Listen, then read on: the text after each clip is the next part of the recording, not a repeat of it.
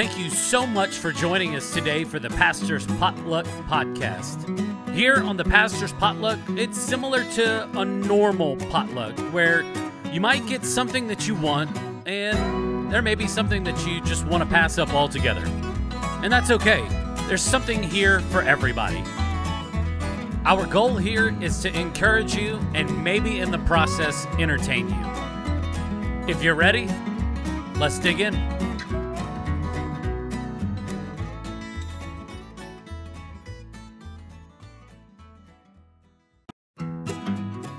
Are we really recording? We're live, baby. We are live. Did you give us the thumbs up? We're live. That's how you start a podcast right there. For real. We're almost 2 years into this thing, and that's how we started it. I've never felt more ill prepared. I'm prepared, but I guess I wasn't ready for. You got notes. I can see them. Yeah, man. I even got it broken down by little sections and everything. Look, Numbers 21. We got a lot to cover. I know that. Yeah, first off, hey man, how are you? I have been better. Yeah. Just dealing with a little bit of sickness of some sort. I don't even know if it's called sickness. I don't know. But you've been worse. Discomfort. Yeah, I've been worse. Yeah. Well, we've been praying for you. Where I'm at in the Bible. We're in Numbers. So, yeah, I guess we'll go ahead and get right into it.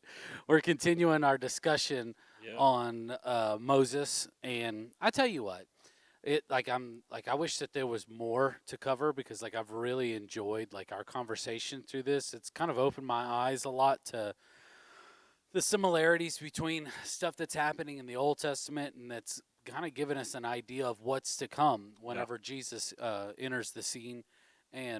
But I love it. It's made me whenever I'm in my personal Bible study, just made me look at things differently. And how do I read the Bible? What am I supposed to take away from it? Not just have the knowledge of what Moses did, but the things that it's pointing to, ultimately Jesus. Yeah. So I've appreciated it, and I hope that everybody that's listened to our conversation is kind of feeling the same way as well. It's just been really great. So thank you for this. But that's ultimately what we want to do is we just want to, encourage people, entertain them in the process, and maybe show people how we should study things and what can we take away, and maybe how the way that we should pray before we read the Bible.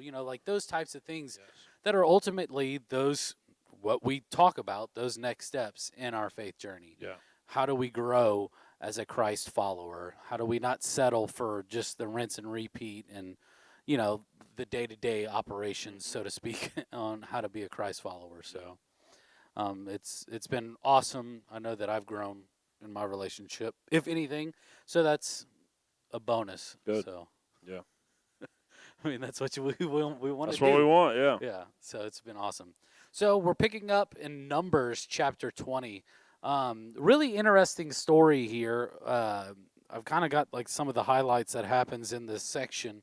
But this is the story of Moses, and they're out in the wilderness still, obviously, because Moses, we know Moses is not going to be allowed into the promised land, but we're going to get in that later in this episode. But Moses, okay, I'm just going to read my notes here because it's just better that I stick with it. So the Israelites arrive in this section of the wilderness called Zin. In the beginning of this chapter, we learn that Miriam, Moses' wife, dies, and she was buried there. But as they are there, there's no water for the people of Israel to drink. And so once again, they are complaining, and they are rebelling against God, and they're rebelling against Moses. They're saying the same old song and dance. Mm-hmm. Why did you take us out of Egypt? Which is so interesting because, once again, they want to be back in slavery. Yeah, I know we've touched on it on this series quite a bit, how freedom feels so much more uncomfortable once you've been in bondage for so long. Yeah. That's what they're experiencing again. Just real quick, did you say that Miriam was Moses' wife? Did I misspeak there? Yeah. No. Sister. Sister. That's what I meant. Sister. Just want to make sure. I don't know. It could have been wife. It could have been both. It did some stuff in the Bible. It was a little Sister. crazy. She was a prophet, which I think we talked about her some. No, but so the Israelites, same old song and dance. Yep. Why did you take us out of Egypt? Yep. So whenever they are approached by this, Moses and Aaron, what they do is they go to the entrance of the tabernacle, and they strip out their outer garments, and they are on the floor, laying prostrate, and they are begging and pleading with God, and they are talking and just saying, Lord, they're rebelling again. Like what can we do? What do we have to do? And so God gives them some very specific instruction. And so previously we learned that Moses and Aaron were given the instruction to take the staff and strike the rock. Mm-hmm. Okay, and it was amazing because God did something absolutely incredible to prove who He is, His holiness, and so God gave them specific instructions again. Was to take their staff again, but not to strike it, but to speak to the rock. Yeah. So Moses and Aaron, they gather the people around, they strike the rock, and then what's interesting here is they struck it twice. I think after the first time nothing happened, so they had to do it again. Yeah. And then the water becomes it starts to gush out of the rock. And then after this, God speaks with Moses and Aaron, saying that because you did not trust me enough to demonstrate my holiness, you will not lead the people into the land that I am giving them. Yeah. Yeah, so this is the story that we learned that not just the rest of the Israelites 20 and older won't get into the promised land because of their unfaithfulness. Now, because of this moment of frustration, Moses is also going to miss out. Yeah. As well. He's going to die before he gets into the promised land because of his unfaithfulness to God in this moment. So God told him to do one thing. He decided to do something different. Yeah. And I know the results is the same. The water came out, but because he didn't do it God's way, he ended up facing consequences. And there's a good message in there for Christians, and this is one of the things we're going to get into in our next sermon series. We started to get into it a little bit in this last week with Dean's message in bumper sticker theology, but now that we're getting into the Proverbs, really understanding that there will be a cost for not doing things God's way. Mm-hmm. Even if you want to go, even if you were somehow to get to the same outcome. To do it your own way will still come with some sort of consequence, and that's what Moses finds out here. He brought the water, or God brought the water out, even though Moses was disobedient. But now Moses has to pay the penalty for it. That's what's sad. It's not like the water didn't come out. Yeah. It was like God was going to do His thing despite Moses, and now Moses is the one that misses out. Yeah. Right. That a lot of times we think like, I'm going to do things my way because I don't want to miss out, or whatnot. It's like, no, God's going to go ahead and do His own thing, and if you choose not to do it in His way, in the way that He prescribed, in the way that He called you, then it might be you. Yeah. The result may still be the same, but you might be the one that ends up missing out, and that's what happens to Moses. I mean, this is so sad. When you think about how long even me and you just sat here and talked about Moses over the last couple of months, yeah, that's just a fragment of the amount of time Moses really spent following the Lord. Yeah. And after all of that time, he's going to miss out because he decided to take the reins. He got frustrated and took matters into his own hands instead of trusting God. Yeah. Not only Moses, but Aaron as well. Yeah. Like he misses out. And one of the crazy things that I took away from this was, yes, God specifically told them in one instance to strike the rock, okay? And it produced amazing things. But doing things just because it's what you know is going to produce the same results, and it's going against what God has said, is going to I lost it. Oh, it's over here. All right. that it's gonna. Dude, we're just losing everything today. Um, it's like you said, it can produce the same results, but we can't rely on what has worked in the past. Yeah. You have to be super. You have to be okay to know someone's voice. You have to talk to them and allow that person to talk. Yeah. And then obviously something so blatantly obvious, like the way that God encountered Moses and Aaron when the presence of the Lord was just so overwhelming in the tabernacle, and He's talking to them and giving these instructions, and even still to go against what God has said and going back to something that you know or that could be considered routine is still detrimental. Yeah. It's like we can't just continue to do things the same way and think that it's going to be everything's going to be good and dandy. Like you always have to be asking the Lord for the direction in your life for what He wants you to do, and then you have to follow through with it. You can't Yeah. just. It's like me. It's like my job. If I ask you, hey, is something whatever it's regarding, and you say, yeah, let's try to move towards this or whatever, and I continue to do the same thing Yeah. that I was doing previously. That there's some things that you kind of want me to clean up on, or whatever it could be. It's detrimental to my job because I'm not listening to you. Yeah. Yeah, you have to stay our whole life of following God, we have to stay willing to listen. Yeah. And like not just, well, I've always done this or this is what we did in the past, so this is what we're going to do. Like you always have to be listening. And then just being willing. But here, I mean, Moses is just so fed up with the people here that, like, literally, his anger and his frustration just gets the best of him.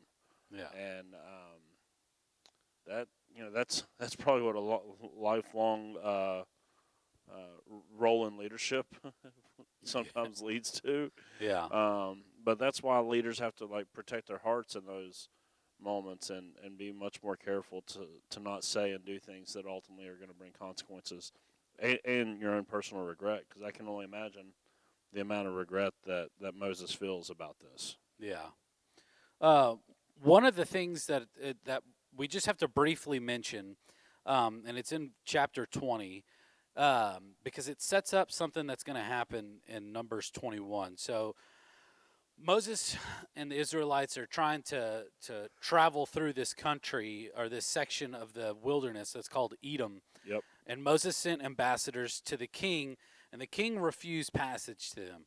Moses and the leadership are trying to talk to the king. Hey, look, we're just going to stay on the main road, and we're not going to eat anything. We're not going to touch anything, and any of our livestock drink any water. We're just going to we're going to pay you for it, but we just want to pass through as quickly and as quietly as we can. And the king ultimately says, no, I don't want you coming through this country, and sends out an army to stop them from walking and going through his country. We have to mention that because it sets up something later. Yeah. Then it also talks about the death of Aaron. After they begin to travel, they arrive at a mountain called Mount Hor, and the Lord said to Moses and Aaron that it was time for Aaron to join his ancestors in death, which Yeah. is That's a wild way to just let Aaron know what's coming. Yeah. yeah. Well, it's even crazier too. So he's like the Lord says, take yourself, Aaron and Eleazar, which is Aaron's son, up on the mountain. Remove Aaron's priestly garb, like his robes and stuff, and give it to Eleazar. And they ended up doing that. So I can only imagine. It's just a crazy story. Like Yeah. whenever you think about it, like, all right, I hate to tell you this, but the Lord told me that it's my time to go, and like especially having to pass on something to your son. Yeah. Like I don't know, it's kind of weird. It's a weird story, but that's exactly what happens. They go up there, Yep. they bury him on the mount. Aaron ends up dying. They bury him. They give the robes to Eleazar, and then Moses and Eleazar, Aaron's son, come down off the mountain, Yep. and they mourn him for 30 days. Crazy. I don't know what to take away from that, but it's just a crazy story. It's Yeah. just a crazy story. It's just I guess the impending doom of death. Like it's coming. Yeah, that's pretty wild. That's a weird story. I don't know why they mentioned. I guess they just needed closure for Aaron or something. Well, that plus, I mean, again, um, this is history. Yeah. This is this is Aaron is such an important person in the history of Israel. That's why they tell this story. Yeah. It's not for any other reason other than the fact that when Moses was writing Israel's history during this time, this happened, so he wrote it down. Yeah. Like that's why it's there. Like this again, like so many people try to act like the Bible is just like making these like crazy stories. If it's like if the Bible's just a collection of all these like crazy fairy tale stories, then like stories like this don't make any sense. Why are we just adding in just like a normal? Hey, it's time for Aaron to die. Like why are we adding that in? Well, Yeah. because this is just a recording of Israel's history. We're not dealing with fairy tales and fables when we talk about the Bible. And I mean, I understand why a lot of people get that view of the Bible. It's because Yeah. the way that people teach it and talk about it a lot of times. Do you It think does sound like that. do you think that it's also a way to verify that Aaron never made it into the promised land because of where That he too. It also fulfills the whole thing of earlier in the chapter when God goes, Aaron, you're not going to make it into the promised land. Yeah. So yeah, it also shows that God kept His promise on. It's not a very good promise, but kept His word that Aaron wasn't going to make it there as well. But all of this, even like so, I've been telling you as we've been going through this, I've actually been reading this as part of my personal time, and I'm in this part of Numbers right now, a little bit past where we're at this morning, and I'm just like, oh my gosh, this is miserable. Like, you're just telling me all the names of these like people. Like, I don't care. Like, they're the head of this tribe, and they had this many warriors and all this. It's like that's so like what is that doing for me right now? And then as I'm sitting here remembering. Well, the reason why there's a reason it's there because Moses was just writing down the history, and they were very good about writing this stuff down. Yeah. They kept track of their lineage and everything and all the amounts of people and stuff because it was their history. Yeah. Right? So, like, sometimes we just come and we're like, oh, God, show me something in this story, that's going to change my life. And it's like, yeah, I mean, yes, there's that in here too. But at the end of the day, this is also, eyewitness account of things that were taking place. And that's why stories like Aaron's death make it in. It's not anything crazy and supernatural or anything. It's just like, oh, well, that happened too. So we have to write about it. Well, it's crazy that he knew that he was going to die. Yeah, I don't think I would like that at all. I don't know. It's weird.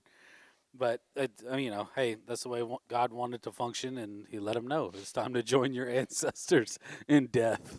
Yeah. That's what my version of the Bible says. Yeah. Is that what yours says, too? This one right here? Does it say he's going to join his ancestors in death? It says that he's going to be gathered to his people, which is the NIV's way of saying that same thing. Yeah. So we're in Numbers 21 at the beginning of that kind of another little crazy story, but the Israelites they're getting close to the land of Canaan, and some of them were taken hostage or whatever, and they started praying out to God, and they were like, God, just give us victory over these people. And so what happens is like they wipe out every city in the land of Canaan, and to this day it's never been referred to that. It says that it's known by like another name. It starts with a H. Horma. Yeah. Yeah. I just didn't think to do this until now. I wonder if like you look it up on a map, if like that's what that area is still called. I don't know. Now a lot of it has gotten new names and stuff like that. Yeah. But this leads into one of my favorite but most like confusing stories in all of the Bible. Yes. The story of the bronze snake. Israel is fussy again because Edom wouldn't let them pass through, so they had to take the long way around. Yeah. Essentially, I mean, and all of us know what that's like.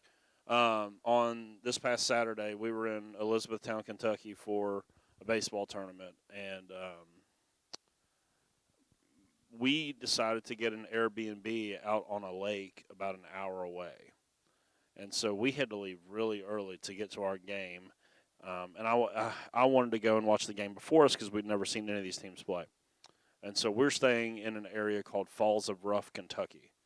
And so I have to type in Elizabethtown Sports Complex. And for some reason, my GPS just put in Elizabeth. We're headed towards Elizabeth. When I hear that come over the speaker in the car, I'm like, oh, it probably just cut off Elizabethtown Sports Complex because that's a long thing for Siri to say or something. So we're just, me and my father-in-law Tom, we're just driving, trying to go watch this game. We're driving, and like the whole way I'm going, hey, did y'all come this way? Have you seen this stuff before? Like, at one point we see a sign. Now, granted, we're like in Elizabethtown, Kentucky. I see a sign that says Indiana, and I'm like, Tom, is this all close to Indiana? I don't know a lot about where we're at right now. He goes, I don't think. I was like, well, that's weird. That sign there said Indiana, and we're on State Road IN, like something. And I'm like, that's weird. I don't remember any of this yesterday when we drove in town. And so we're just driving and driving. And I mean, we're driving past every little tiny town that you have ever seen in the Midwest. Like, there was must have been some sort of special day for firefighters, because there was a firefighter or a fire station fundraiser happening in every one of these towns. They had people out in the center of the town with the booths and the chairs set up to get donations. Like, we passed like 5 or 6 of these on this trip. Oh, that's crazy. And so we're driving for like an hour. And then next thing I know, the GPS goes, you arrived at Elizabeth. And I'm like, what? This thing drove us an hour into Indiana. Oh, Lord. Yeah. And I'm like, what? Wait, Elizabeth? So we went to Elizabeth, Indiana. It's this little tiny town in the middle of nowhere that also doesn't have cell service. Oh, nice. So we were like, well, how are we supposed to get to the sports park now, not to go watch the early game, but just to be there in time for our game? Yeah. Like, we are. So I'm thinking, Lord, please tell me Elizabeth is right next to Elizabethtown, because that would make a lot of sense. I was like, but me and Tom were trying to find cell service so I can even put it in the GPS, because as soon as we hit this town, cell service was gone. Oh, that's weird. So I couldn't put it in or nothing. I was like, oh, my goodness, we're going to be late for this game. We're lost out in the middle of nowhere right now. And so, like, we see a library. We're like, oh, I bet they have Wi-Fi. So I pull up there, and I got 2 bars of service real quick. I was like, oh, thank the Lord. So I put it in, and I'm like, Lord, please tell me this is right next to Elizabethtown. Please tell me Elizabeth is the city next to Elizabethtown. And I pull it up, and it goes, you are an hour and 5 minutes away. So we drove an hour and 15 minutes in the wrong direction into Indiana, and then had another hour and 5-minute drive to the sports complex. Oh, so Lord. I understand why the Israelites are fussy in this passage. Yeah. They are having to go the long way around. Yeah. Because the mistakes have been made. Yeah. And they are very fussy. And I was, again, sick this weekend with whatever this is going on with my stomach. And now I'm in the car for like 2.5 hours. Fussy. Yeah. For sure, fussy. And that's how Israel feels, because they are on this long route here, and they are very frustrated with God. Yeah. And, the people, once again, why did you take us out of Egypt? That whole song and dance. But they add something new this time. They're just like, we're tired of this horrible manna that you've been giving us. Yeah, now they're complaining about the blessings of God in their life. Yeah, God has been feeding them this whole time. Yeah. With miraculous bread from heaven, and now they're fussy about it too. Yeah. And so their punishment, this is like one of the all-time punishments of the Bible. And this is one of those passages that when like non-believers, atheists, agnostics, critics of the Bible look at the Bible and they go, all right, well let's explain this. Yeah. Let's explain why in Numbers 21 God's people got a little fussy, and he thought the appropriate response would be to send poisonous snakes into their camp to kill them. Yeah. I think this is a story about contentment. Somewhat, yeah. But this is so, like, again, and I always have to remind people, God deals with humanity differently on the other side of the cross than he did on this side of it. Yeah. So when this is happening, Israel is in a covenant relationship with God where he has promised them, if you will do this, blessing. If you choose to turn your back on me, there will be curses that will be levied. They know they signed on the dotted line for this sort of relationship. So when you see the God of the universe that we say is a good God acting in a way that, like, on the surface doesn't really look good, you have to realize it's actually his goodness and faithfulness to the covenant that he made is the reason why he responds in ways like this. Yeah. And so, like, if you don't have that sort of context and you just came and read this passage, you'd go like, this doesn't seem like a very good God that would send poisonous snakes among his people to punish them. And it's like, yeah, but you don't understand the significance of the covenant that they had already been privy to. And not to mention, let's just be honest, any of us that are parents, if our kids treated us like this, we might not stick snakes on them, but we've done some stuff. We've said some stuff, right?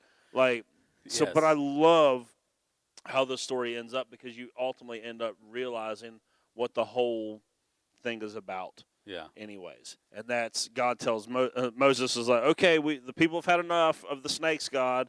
He's like having his like Samuel L. Jackson moment, like tired of these snakes in this camp. Like he's having that moment right now, and so God's like, all right, here's how you're going to get rid of it. You know, you have to make a bronze snake, lift it up on a pole, and anyone who looks to the snake that's up on the pole, the venom of the snake won't be able to pierce that person. The venom of the snake won't have any power against that person. Yeah. And what we see is this beautiful picture of, okay, you all have been faithful. There's punishment coming, but there is a way out of the punishment if you will look to the one that has been lifted up, who was bit by sin snake on your behalf. When you will look to him, then the venom won't have its way with you. One of the crazy things about this story, too, is that it says Moses prays for the people, and God tells him to make a bronze snake and attach it to a pole, like you said, and whoever is bitten just needs to look at the pole. Yeah.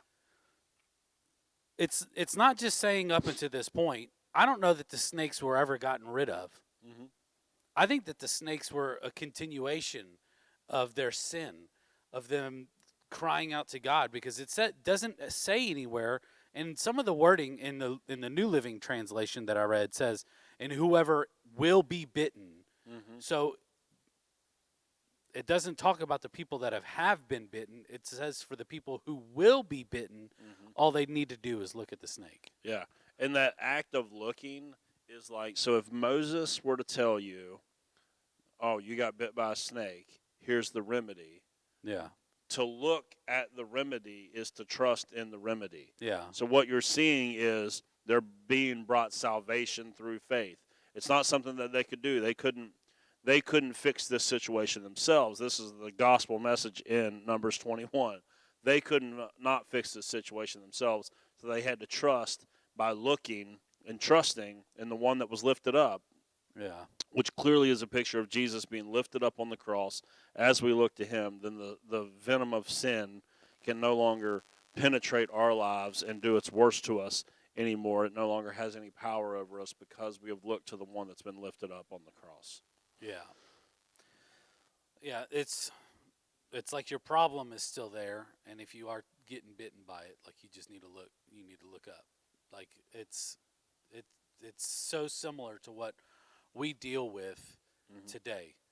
Like, look, if you fall into the temptation of sin, and it's like the way that you will be saved is to look up to the one that's on the cross, similar to the Israelites. You know, if you were bitten, you just need to look up at the snake. Yeah. So now we're on to the death of Moses, which is in Deuteronomy chapter 34. We're going to skip a whole bunch, and that's because Deuteronomy pretty much just is a remembrance book, remembering all of the wilderness time and all the times of God coming through on behalf of his people. And so we're skipping all the way to the end of it, essentially. Yeah. Where Moses is going to die, but he gets to go up on top of a mountain, and he gets to see the promised land. Yeah. But he never gets to step foot in it. Yeah. And, I mean, you gotta understand what that has to be like. When God calls you to do something, just realizing that, like, you're never going to reach it because of your unfaithfulness.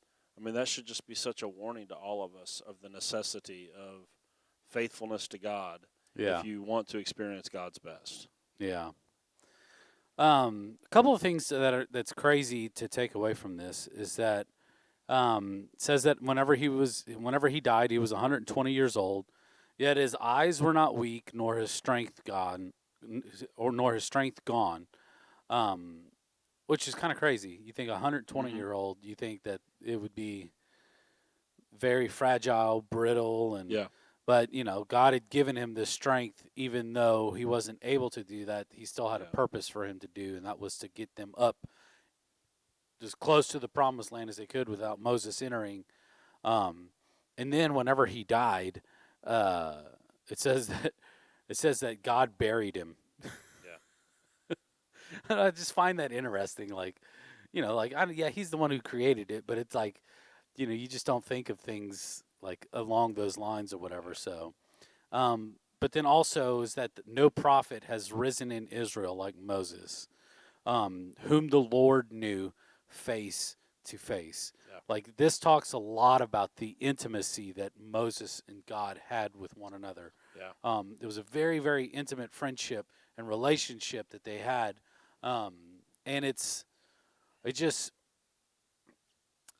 looking back on his life, and whenever you see of all of his faithfulness and his goodness and the things that, I mean, the craziness with the 10 plagues, and even starting off with his birth and being put in a basket and sent down the river, and God making a way for his mom to be able to help raise him, in Pharaoh's, his kingdom and all of that, and with the 10 plagues and just his whole story, just God's faithfulness and goodness, and it's just that one time that he does things his own way, and he misses out on that promise. Yeah. Um, and just God, I mean, just the way that he knew him, they knew each other face to face.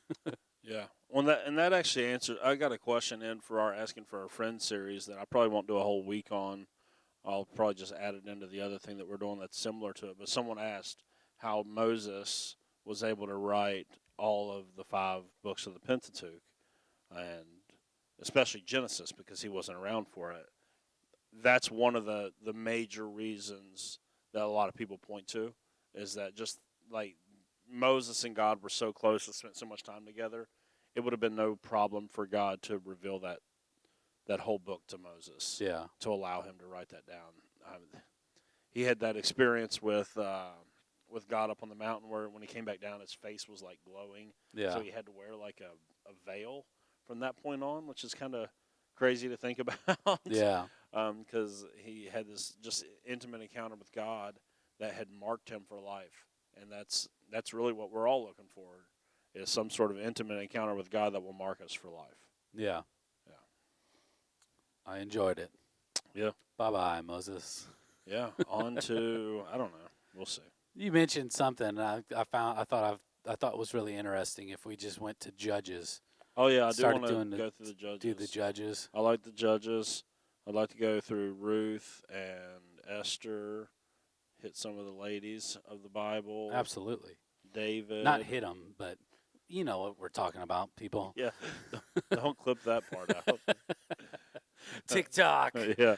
No, but yeah, man, I'm looking forward to it. I've enjoyed it. I think that it's been a great conversation, and so thank you for your knowledge and your wisdom and imparting that. And I hope that everybody else has enjoyed it just as much as I enjoy this next part. I've put more questions in there. This I thing's can see, and they're all going to be you now. Oh yeah, every single one. There's a couple in here that I hope that you get, so maybe God makes it happen. But because I just want to get your response on them. But it's our mystery meat question. If you're not familiar with it, it's we have a jar full of random questions, and they're the worst. Oh no, it's not.